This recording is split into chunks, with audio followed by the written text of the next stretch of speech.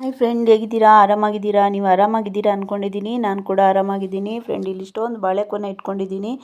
ತೀರಾ ಹಣ್ಣಾಗಿಬಿಟ್ಟಿದೆ ಬಾಳೆಹಣ್ಣು. ಇದನ್ನು ನಾನು ಏನು ಮಾಡಬೇಕಂತ ನಿಮ್ಗೆ ತೋರಿಸ್ತೀನಿ. ಒಂದಷ್ಟು ಮಂಗಗಳಿಗೆ ಕೊಟ್ಟಿದ್ದೀನಿ, ಇನ್ನೂ ಮಿಕ್ಕಿದೆ. ದನ ಮಂಗ ಎಲ್ಲ ಕೊಟ್ಟು ಮಿಕ್ಕಿದೆ ಇಷ್ಟೊಂದು. ಇದನ್ನು ನಾನು ಏನು ಮಾಡಬೇಕಂತ ಯೋಚನೆ ಮಾಡ್ತಾಯಿದ್ದೀನಿ. ಇದನ್ನು ವೇಸ್ಟ್ ಮಾಡಬಾರ್ದಲ್ವ.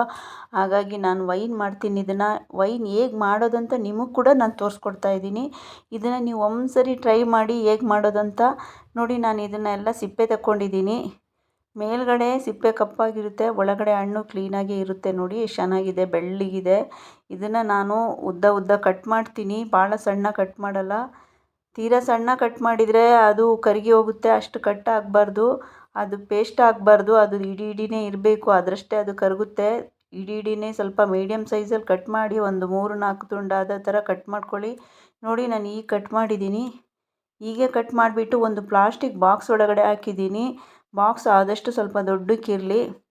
ನಾನು ಸ್ವಲ್ಪ ಬಾಕ್ಸ್ ಸಣ್ಣ ಇಟ್ಕೊಂಡಿದ್ದೀನಿ, ನೆಕ್ಸ್ಟ್ ದೊಡ್ಡಕ್ಕೆ ಹಾಕ್ತೀನಿ. ನೀವು ಹಾಕೋಷ್ಟೊತ್ತಿಗೂ ಸಿಲ್ವರ್ ಆಗಲಿ ಸ್ಟೀಲ್ ಪಾತ್ರೆ ಅದರಲ್ಲಿ ಯಾವುದ್ರಲ್ಲೂ ಹಾಕಬೇಡಿ. ನೋಡಿ ನಾನೊಂದು 5 kg ಬಾಳೆಹಣ್ಣು ಹಾಕಿದ್ದೀನಿ. ಅದಕ್ಕೆ 1 ಕಪ್ಪು ಗೋಧಿ ಹಿಟ್ಟು ಹಾಕ್ಕೊಳ್ತಾ ಇದ್ದೀನಿ.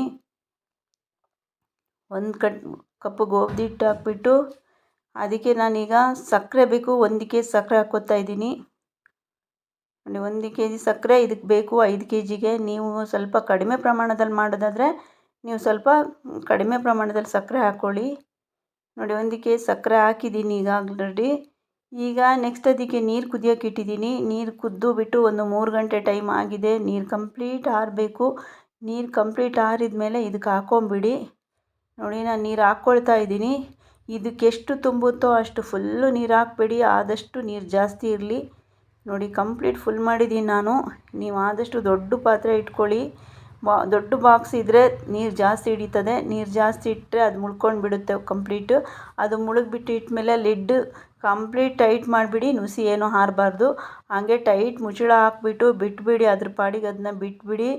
ಒಂದು 10 ಡೇಸ್ವರೆಗೆ ನೀವು ಮುಟ್ಟೋಕ್ಕೆ ಹೋಗಬೇಡಿ, ಹಂಗೆ ಇರಲಿ.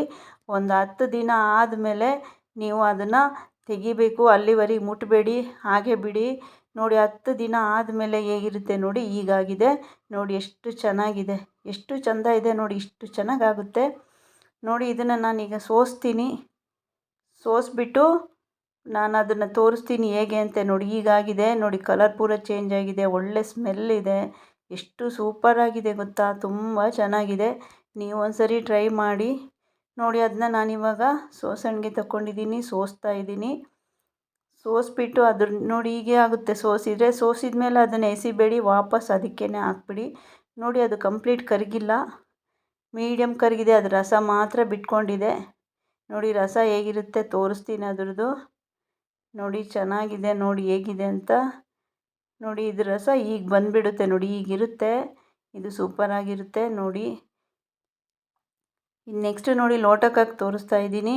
ನೋಡಿ ಗ್ಲಾಸಿಗೆ ಹಾಕಿದ್ದೀನಿ ಹೇಗಿದೆ ಅಂತ. ನೋಡಿ ಹೀಗಿರುತ್ತೆ. ನೀವು ಒಮ್ಮೆ ಮಾಡಿ. ನಿಮ್ಗೆ ಇದು ಇಷ್ಟ ಆದರೆ ನನಗೊಂದು ಲೈಕ್ ಕೊಡು, ಸಬ್ಸ್ಕ್ರೈಬ್ ಆಗಿ. Thank you so much. ಇಷ್ಟ ತನಕ ನಾನು ಇದನ್ನು ನೋಡಿದ್ದಕ್ಕೆ ನಿಮಗೆ ತುಂಬ ಥ್ಯಾಂಕ್ಸು. ನೀವೇನಾದ್ರು ಮಾಡ್ತಾಯಿದ್ರೆ ನಿಮ್ಮ ಬಗ್ಗೆ ನೀವು ಹೇಗೆ ಮಾಡ್ತೀರಾ ಅನ್ನೋದು ನನಗೆ ಕಮೆಂಟ್ಸಲ್ಲಿ ಹೇಳಿ. Thank you so much.